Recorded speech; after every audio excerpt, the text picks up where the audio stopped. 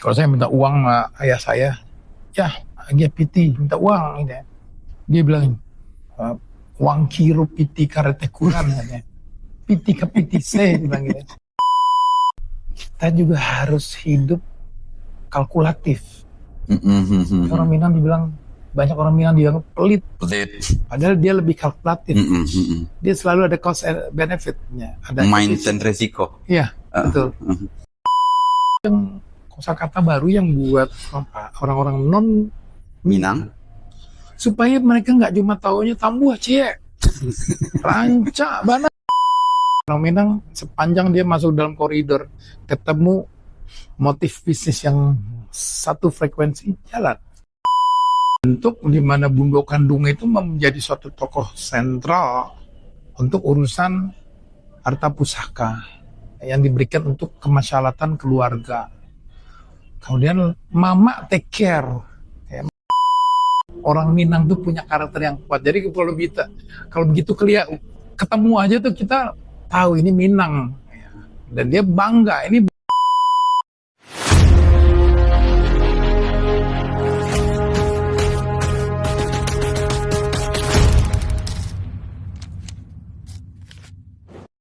Assalamualaikum warahmatullahi wabarakatuh. Waalaikumsalam. Dun sanak saluk dimanapun berada, alhamdulillah.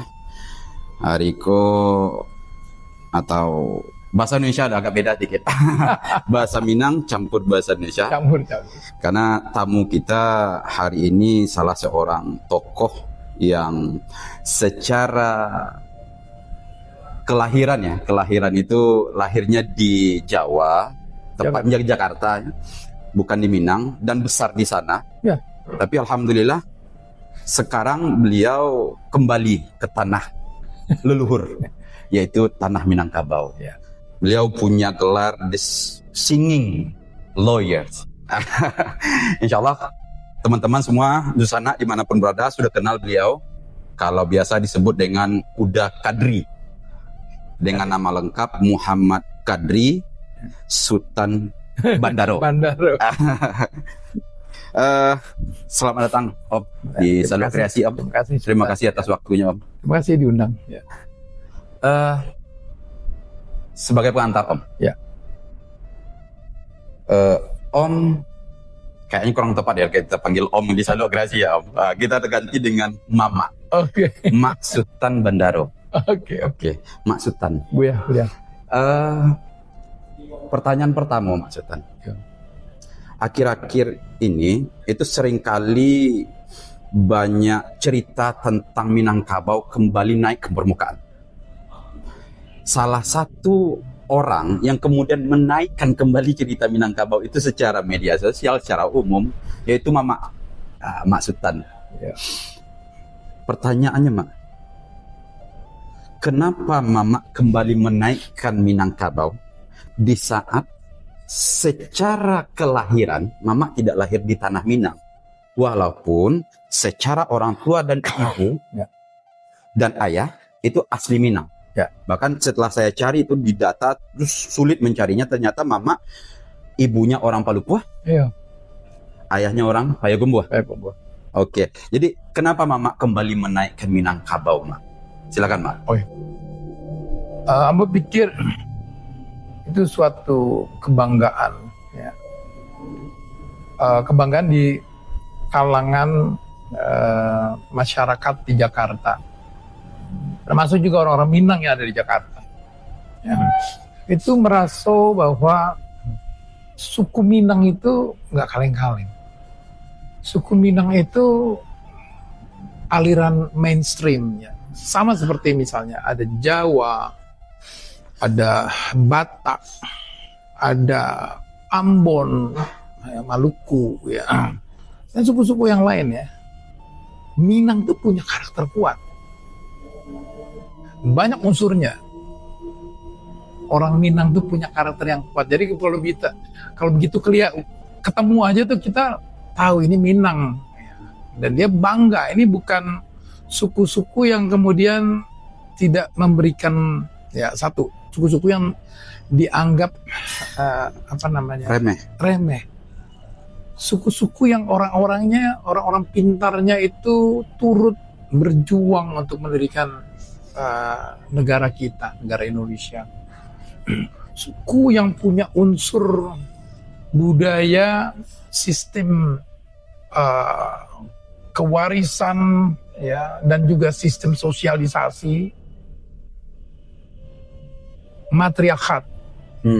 Itu aja udah sesuatu yang sesuatu yang tidak biasa gitu ya. Yeah. Di mana garis keturunan ibu, kewarisan, dan kemudian bagaimana rumah tangga organisasi itu dibentuk, di mana Bundo Kandung itu menjadi suatu tokoh sentral untuk urusan harta pusaka yang diberikan untuk kemaslahatan keluarga. Kemudian Mama take care, ya, Mama Karajo untuk take care juga urusan keluarganya, tapi juga take care ponakannya. Itu satu yang crossing gitu ya. Harusnya kalau di sini kan ya urus sendiri aja. Iya. Ternyata dia bisa ngurus begini. Harus satu aja, Iya. misalnya ayah ya ayah aja gitu. Iya. Tapi di Minang Mama temukan Iya. ada persilangan Ada sistem tadi. persilangan sistem tersebut sedemikian kuat gitu ya. Kemudian juga bahwa anak laki-laki harus merantau. Merantau itu bukan berarti hanya orang Minang yang ada di sini kemudian pergi ke luar Minangkabau, ya. Diharapkan pergi keluar untuk bersekolah, mencari penghasilan supaya untuk kembali lagi invest. Walaupun banyak juga yang harus dikritik, rata-rata nggak beralih ke sini. Ya, jadi investasi ada di sana dan kembalinya itu berupa pengeluaran biaya-biaya sifatnya konsumtif, ya. Iya. Itu yang disayangkan. Tetapi prinsip-prinsip yang lain yang sangat kuat, ya. Karena orang Minang itu merantau, orang Minang itu punya bakat yang menjadi tren berdagang, ya, bersaing dengan misalnya pendatang dari keturunan Cina. Iya. Orang Padang sama orang Cina itu juga kompak, sama-sama berdagang, sama-sama kuliner. Iya. Makanan Minang itu yang sangat kalau kita kesini tuh udah kepikir, wah kita mesti ke tempat-tempat tertentu yang dimana kita bisa eksplor kuliner makanan Minang. Saya kecil karena orang tua itu adalah satu dari Palupuh, satu dari Payakumbuh. di Payakumbuh. Mereka berbahasa Minang. Banyak hal-hal yang mulai dari ngomong Minang, menyanyi kalau sambil misal kegiatan hari-hari sambil nyanyi, mandi misalnya. Ko iyo sinandinan. Tuh ayah saya sering punya. Oh, masih dengar itu ya. Era-era itu waktu saya masih kecil. Kalau saya minta uang sama ayah saya, ya agak piti minta uang ini. Dia bilang uang kiro piti karete kurang katanya. Piti ke piti se bilang gitu. Jadi mengajarkan bahwa uang tuh gak gampang. Bahwa kita harus kerja keras. Ya. Kemudian bagaimana adat tersebut itu merecognize agama. Dia nggak boleh berselisih, ya, antara adat dengan agama. Tapi dia mesti berdampingan. Prinsip-prinsip adik basandi sara basandi kitabullah. Nah, itu dijalankan di Minang. Keluar dari situ pasti akan mendapat kecaman sosial. Ya. Kemudian hal yang lainnya. Karena kita bangsa perantau, karena kita senang berdagang. Dagang itu zaman dulu. Iya. Dagangnya udah nggak jual dagang, memberikan jasa. Iya. Tapi kita sell something. Ya. Kita juga harus hidup kalkulatif. Orang Minang banyak orang Minang dianggap pelit. Padahal dia lebih kalkulatif. Dia selalu ada cost and benefit-nya. Ada Mindset resiko. Iya, betul. Harus ada risiko itu dianalisis. Iya. Bagaimana memitigasi risiko. Dalam bersikap, berbisnis, risikonya apa? Ada kalkulasinya, nggak bisa buang-buang hambur-hamburin uang aja. Iya, iya. Kemudian juga dengan segala macam ciri khas, unsur-unsur yang kuat di orang-orang Minang. Pada saat kita pergi dari Minangkabau ke Jakarta, kalau buat saya karena saya tidak pernah tinggal di Minangkabau, saya pergi ke luar negeri. Ya. Saya pernah sekolah di luar negeri. Atau di Jakarta saya kemudian berbisnis, bertemu dengan orang bisnis di luar negeri. Karena saya sebagai lawyer. Ya. Itu kita harus adaptif. Orang Minang adaptif. Orang Minang nggak pernah bikin kantor Kampuang Minang di. Iya, benar-benar. Tidak ketemu Kampuang Minang. Tapi kompak. Iya. Masuk ke pasar Blok M. Apalagi begitu saya udah mulai nyanyi kemarin single Bare Solo saya itu udah langsung, dan sana udah kaki, semua udah manggil udah. Iya. Kemudian mengakibatkan kita itu memang harus adaptif. Dima bujung bumi dipijak, disitulah langit dijunjung. Disitulah langit dijunjung. Kita harus benar-benar realistis. Iya. Jangan membuat blog kemudian ribut sama masyarakat sekitar. Orang Padang nggak gitu. Orang Padang, ayo kita duduk, let's talk. Ya, bicara bisnis tanpa harus melihat kita berbisnis dengan siapa nih, gitu ya. Kita melihat itu orang Minang sepanjang dia masuk dalam koridor, ketemu motif bisnis yang satu frekuensi, jalan. Jalan ya. Jalan. Memotong, Mak. Ya. Berarti ada satu hal yang ketemu tadi. Ya. Apa tuh? Ternyata Mama di dalam prosesnya walaupun tidak di tanah Minang, ternyata pendidikan Minang oleh orang tua tetap dilaksanakan ya. Itu yang pertama ya. Bahkan tadi ketika minta piti saja, gitu kan, masih gertak Minangnya dapat gertak ya. Piti kapiti saja. Wang kilo piti karate kuran. Kecian piti karate koran gitu kan. Itu masih berlaku dan bahasa pun masih bahasa Minang gitu ya. Sehingga kemudian Minang itu walaupun tidak di tanah Minang, Minang itu dibawa ke tanah yang tidak tanah Minang. Sehingga dengan memakai istilah Dima bumi dipijak, di situ langit dijunjung. Sehingga Mama mendapatkan Minang seperti itu. Betul. I will survive. Oke. Saya ke luar negeri. Kasih contoh. Jadi saya bilang saya sedang membuat ini dalam konteks kenapa saya kemarin ingin menggali musik Minang, tapi pendekatannya tidak hanya musik Minang yang pakemnya konvensional, tapi mengembangkan musik city pop dengan bahasa Minang. Ya. Saya bikin di sosial media saya aktif. Saya bikin sequel cerita-cerita tentang Sabana Malung Sabana Rindu ini dalam bentuk kata-kata puitis dan dalam bentuk pantun-pantun. Saya belajar dari orang-orang terdekat pantun-pantun dan saya bikin cerita-cerita pendeknya. Sekarang udah episode ke-6 nanti sampai 10 gitu. Cerita tentang bagaimana saya mempromot lagu Sabana Malung Sabana Rindu ini. Saya bikin cerita tentang bahwa ada orang dikirim sekolah ya di Paris ya, itu ambil PhD doktor, pacarnya ada di Payakumbuh, long distance relationship, LDR, LDR, terus kemudian ada yang mengganggu ya dari pihak orang ketiga, tapi dia tetap tidak mau mengignore gitu ya. Tidak menganggap serius gitu karena dia terpikir sama pacarnya ada di Payakumbuh. Di Payakumbuh suruh datang ke mana ke Paris, nggak mau. Kan orang Minang nih ada yang memang mau dia berantau, tapi ada juga yang enggak. For some reason dia stay. Ya. Terus kemudian cerita itu sampai akhirnya dia memutuskan, ini pacar saya nggak mau pergi ke sini. Kemudian saya yang pulang. Jadi sampai di rumah sudah dijodohkan ya, oleh ibu. Ya, sudah dijodohkan. Kenapa? Karena tidak adanya kepastian. Ya.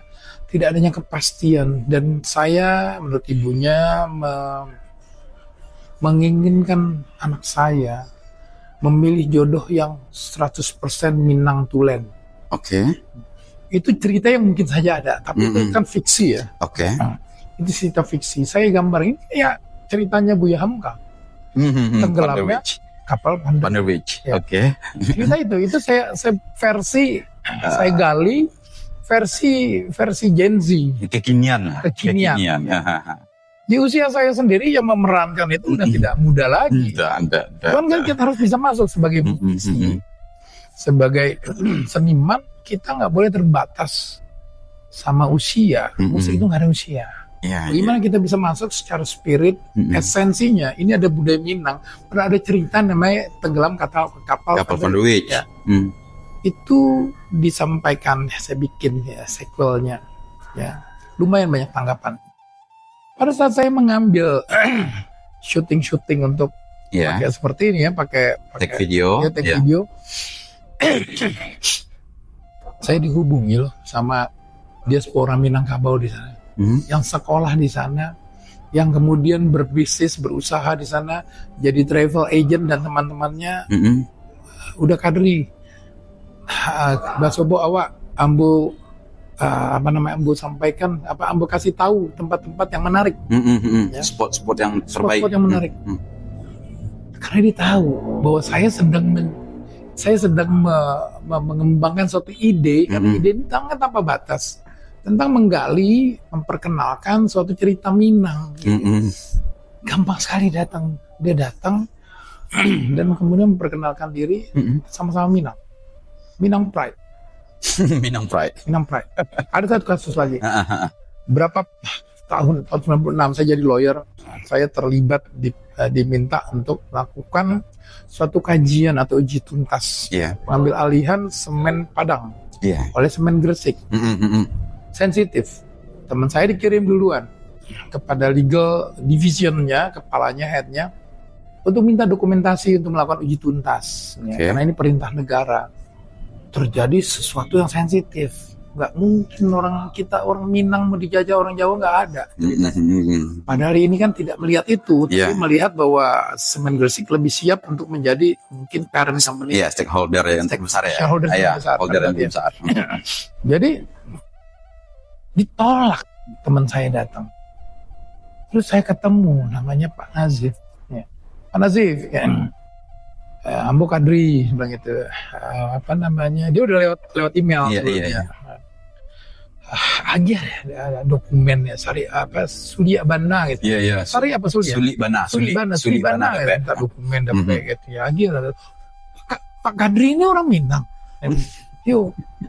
Minang, Palupuh.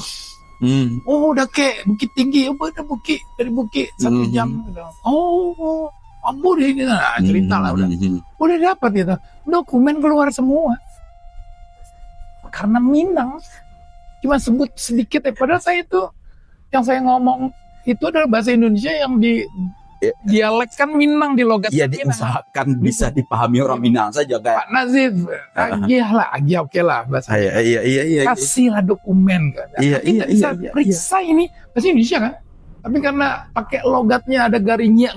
Iya. Orang Minang beres urusan. Ternyata Minangkabau itu bukan hanya sebuah suku, tetapi sebuah ikatan batin. Batin yang sebenarnya nggak bisa dipisah. Iya, jadi kalau ketemu orang rame di Jakarta, satu orang mengenal Bernadli, manggil udah kadri katanya. Iya. Ambo, saya lagi nunggu di satu mall besar di Jakarta, di Pacific Place. Tiba-tiba ada orang celing-celingan. Apa namanya, disamperin, dia menghampiri saya.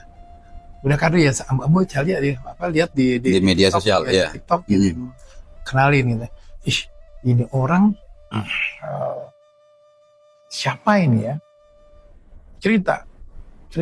Terus kemudian Ambo Menggalai datang Siko tahun berapa Siko? 2010 Siko. Nah, Menggalai mulainya dari Ambo di Tanah Abang. Begitu datang disamperin pakai mobil mewah. Terus dia kasih nomor, profilnya. Dia punya mobil-mobil dia penyewaan mobil. Hebat, dari Menggalai loh. tongkrongan bukan tongkrongan yang Ya tipikal orang Minang lah. kulit pantai Kaliang, ya. Tapi itu sama-sama kita ketemu tuh terus cerita. Oh, nanti kita ketemu deh. Saya tinggal di daerah sekitar Jakarta gitu ya. Jadi banyak kejadian-kejadian di antara orang banyak begitu udah ketemu sama orang Minang fokus. Apalagi kalau dia bisa tahu cerita membahas tentang palinggam itu di mana sih? Oh gitu. Ya, kalau saya tulis iseng aja tuh, saya berusaha engage sama komunikasi. Saya tulis, saya nyanyi dayung anak tampu dayung sampan di dayung anak palinggam gitu kan. Saya tanya palinggam di mana? Rami. Padahal cuma satu kata. Palinggam di mana? Palinggam di mana? Ya, cerita itu ada Batang Arau, ada palinggam, ada orang Sampan, karena terus ada sekolah. Saya pernah gitu cerita panjang. Orang-orang itu orang-orang yang ada di Jakarta. Begitu bangganya dia balik ke bercerita. Ketika dipicu satu bagian primordialismenya, betul. Kembali lagi. Kanai. Recall ya. Recall semua. Langsung hati dan kanai. Ya, Kaba aju. Ya, bahkan ketika mendengar satu musik aja, satu ketukan ada yang Minang, mereka udah kembali recall ya. Oke lah. Satu hal, iya, saya sekarang nggak cuma menggali musik pop supaya bisa dinyanyikan oleh orang Jakarta, oleh orang Jogja, anak-anak muda. Karena kemarin saya iri, saya tampil di satu kafe besar di Padang ini. Anak-anak Gen Z itu menyanyikan secara ramai-ramai dengan fasih ya dan euforia lagu-lagu kicau mania. Kicau mania itu. Ya kicau mania malahan. Ya. Apa? Yang itu juga bukan sebenarnya itu sebenarnya musik hip hop remix. Iya, bukan musik Jawa juga. Enggak. Tapi orang Jawa itu bisa mengaturnya, mempackage itu dalam satu remix, dinyanyikan orang Minang. Di tempat yang sama. Saya mesti memperkenalkan, karena saya ingin memperkenalkan Sabana Malu Sabana Rindu. Saya perkenalkan dulu musik yang menjadi grassroots. Lagu apa? Babendi. Ke sungai Tanang, gitu kan? Tahu lagu itu dari orang tuanya, tapi nggak pernah hari-hari nyanyi. Nggak familiar, tapi dia tahu lagu ya. Apalagi begitu. Anak urang, itu pasti tahu. Andale, nyanyi itu. Tapi bukan tontonan musik atau lagu yang dinikmati tiap hari. Dan tidak di zamannya. Tidak di zamannya. Sehingga akhirnya kemarin saya tampilkan Kadri Minang klasik. Ya, kita tampilkan Minang klasik dan menggugah orang-orang yang ada saya. Dan saya tampil pakai piano. Iya. Pakai piano. Gitu. Ternyata menarik juga. Sambil saya memperkenalkan lagu Sabana Malu sampai hari itu. Itu produk terbarunya. Produk terbaru. Dan orang mulai kritik kan. Apa kok? Nah, ada tuh kata kamu dalam lagunya. Malu sungguh ini aku lihat kamu sungguh sungguh malu aku nena kamu malu kata kamu nggak ada di bahasa Minang, harus adia. Tapi saya pikir kalau itu laki-laki menyanyikan dengan adia, begitu perempuan didekati jadi udah. Jadi saya pikir kalimat yang memang sering dipakai. Kamu jangan taruh situ. Easy listening lah. Easy listening, yang gampang dimudahkan. Dalam praktek sehari-hari orang Minang juga pakai kata kamu. Ya. Walaupun tidak ada di dalam kosakatanya. Kosakatanya nggak ada.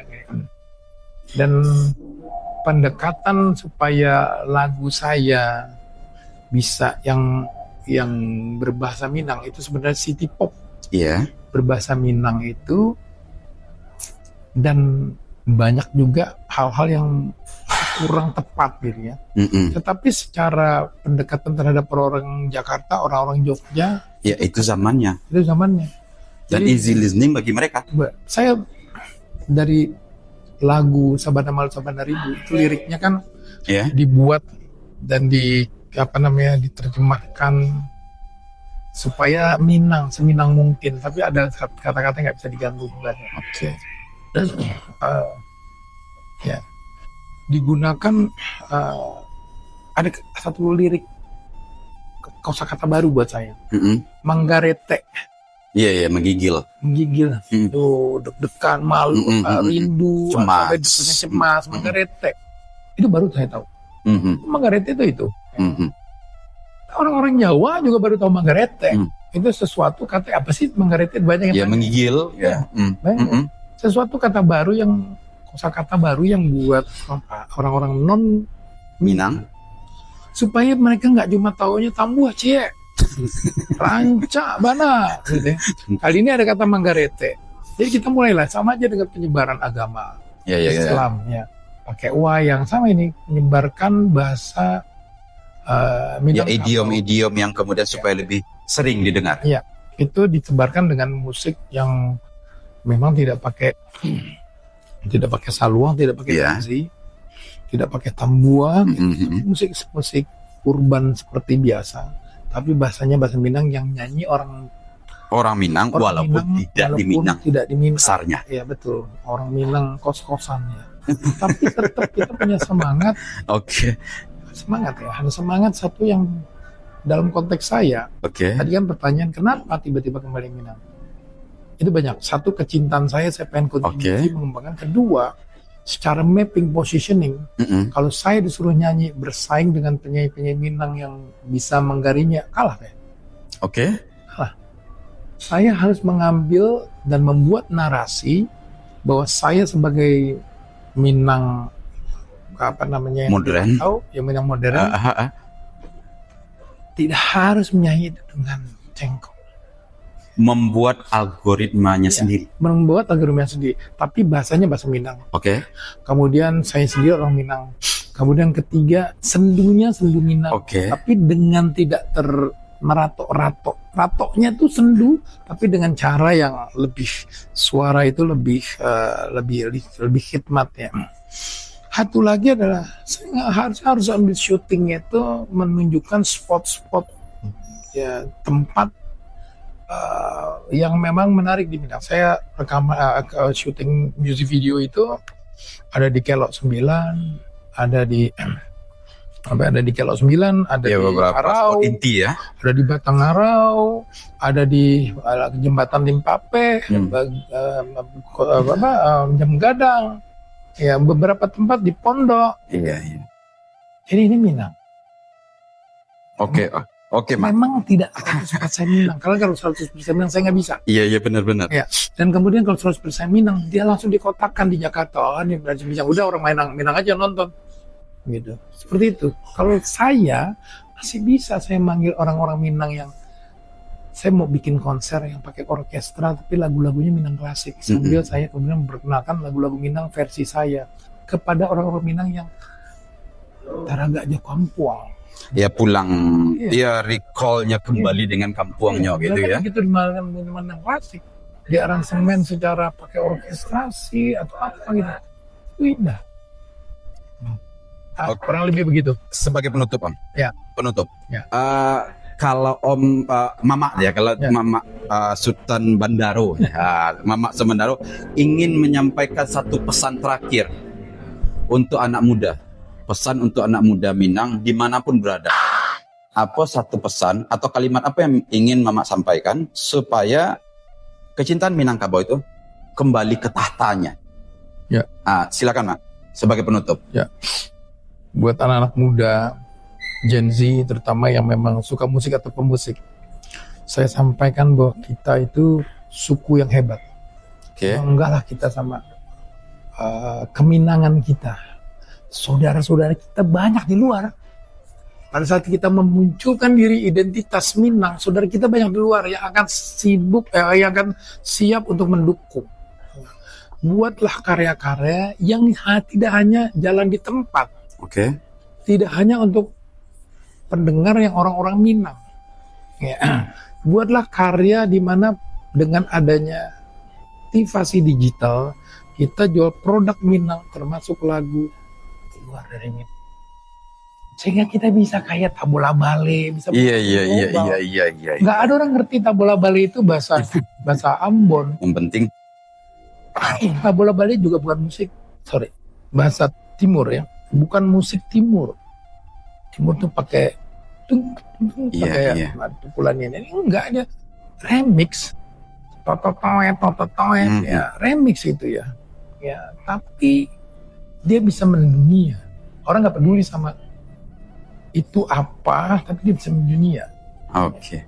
Kita juga mau musisi Minang ekspor keluar. Oke. Jangan jadi pemain lokal. Jadi sebagai kesimpulan, ya Mak, gitu kan, bahwa Minangkabau sebenarnya belum terekspor saja untuk berbagai sisi. Betul. Namun Mama kembali pulang untuk mencoba mengeksplor.